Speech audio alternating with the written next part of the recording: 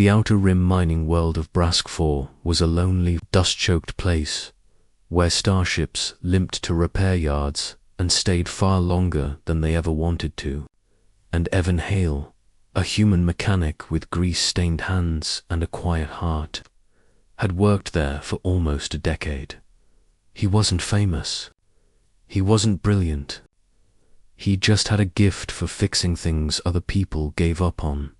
But 6 years ago, something happened that broke him and he never fully recovered. Her name was Sirithra Valisk, a half-dragon, half-humanoid engineer from the Draconid Dominion. She came in with a damaged courier ship and stayed 2 weeks while Evan repaired it. 2 weeks were enough for them to fall into something both beautiful and terrifying. She left one night without goodbye. Evan never understood why. He only remembered how she held his face in her warm, clawed hands the night before she vanished and whispered, "If I could stay, I would choose you." Then she was gone. No comes, no messages, no trace. Evan told himself he had been foolish. She was royalty in her dominion. He later found out he was just a mechanic, so he buried himself in work. Until 6 years later, the universe forced their paths to cross again. Chapter 1: The Ship That Should Not Exist. Storms were rolling over Brask 4 when the alarms blared in the repair yard. A small vessel plummeted through the atmosphere, spiraling out of control. "Impact, Zone Bay 3. Shouted the foreman. Evan was closest. He leaped over crates and dashed to the landing pad as the ship slammed down with a metallic shriek. The hull bore Dominion markings. A familiar chill spread through his chest. No, it couldn't be. He forced the hatch open with a hydraulic tool. Smoke poured out. "Is anyone alive?" Evan shouted. A soft cough answered him. A woman stumbled out, scales burned, wings torn, but unmistakable. Seythra. Evan froze. She stared at him with eyes the color of molten gold. "You?" Her voice broke. "Stars alive." Evan. He took a step toward her, then stopped, trying to protect his heart. "You left," he whispered. Her throat tightened. "I know." Before she could say more, a small voice echoed from inside the ship. "Mama. Mama, I'm scared." Evan's breath stopped. Sirithra's entire body went tense. "It's okay, little flame," she said, rushing into the smoking cabin. Evan followed her and saw her, a small girl, maybe 5, maybe 6, with red-scaled cheeks, her mother's heritage, with messy black hair, Evan's exact shade, and eyes. His eyes, the world cracked open under him. Sirithra held the child close, but kept glancing at Evan, fear and guilt twisting her face. The girl peeked at him shyly. "Mama, who's that man?" Sirithra trembled. "Someone important." Evan could barely speak. "Is she?" he rasped. "Is she mine?" Sirithra shut her eyes, then nodded. "I wanted to tell you," she whispered, "but I couldn't stay. I couldn't bring danger to you." Evan staggered back, clutching the wall. His daughter. He had a daughter, and he had missed her entire life. Tears stung his eyes, hot and painful. "Her name," Sirithra said softly, "is Lyra." The girl smiled nervously. "Hi." Evan sank to his knees, overwhelmed. "Hi."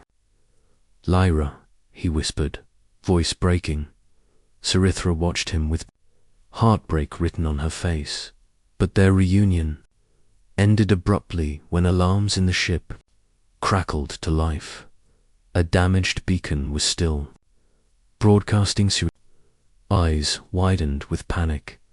"They're coming," she said. "The ones who chased me." Chapter 2. The hunters arrived. Dominion politics were complicated and deadly. Sirithra had once been promised to a powerful noble.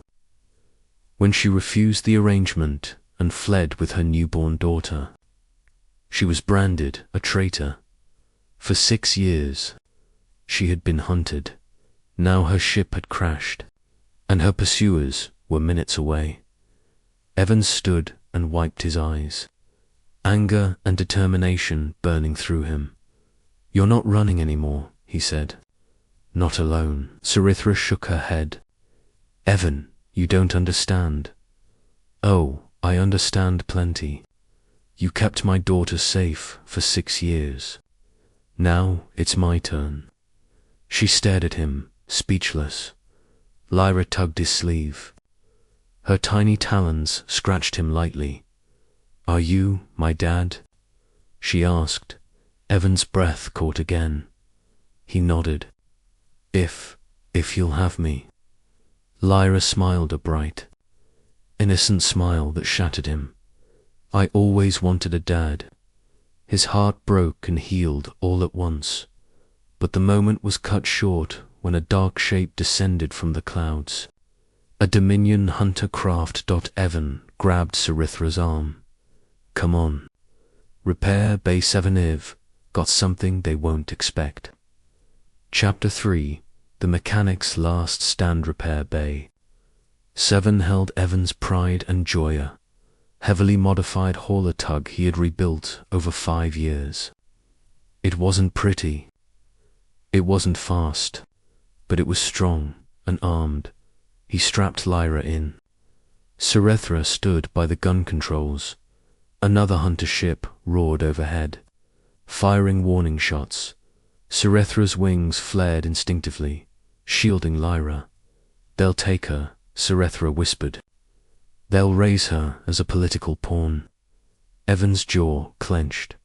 Over my dead body, they launched. The rusty hauler shot into the sky, engines screaming. Two hunter ships closed in. Sirithra took aim and fired a plasma burst. One hunter spiraled away, engines shattered. The second locked onto them. Evan jerked the controls. "Hold on." Plasma fire grazed their left thruster. Alarms screamed. "We can't outrun them."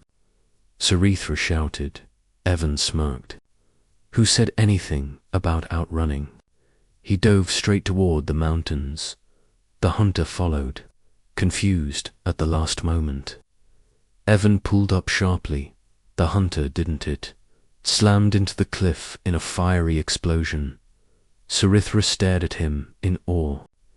"You're insane." Evan laughed shakily. "You used to like that about me." She looked at him with tears forming. "I still do. But then," Lyra sniffled, "I'm scared." Evan unstrapped and knelt beside her, holding her tiny clawed hands. "You're safe," he whispered. "I promise." She leaned against him, trusting him instantly. Sirithra watched the man, her resolve finally shattered.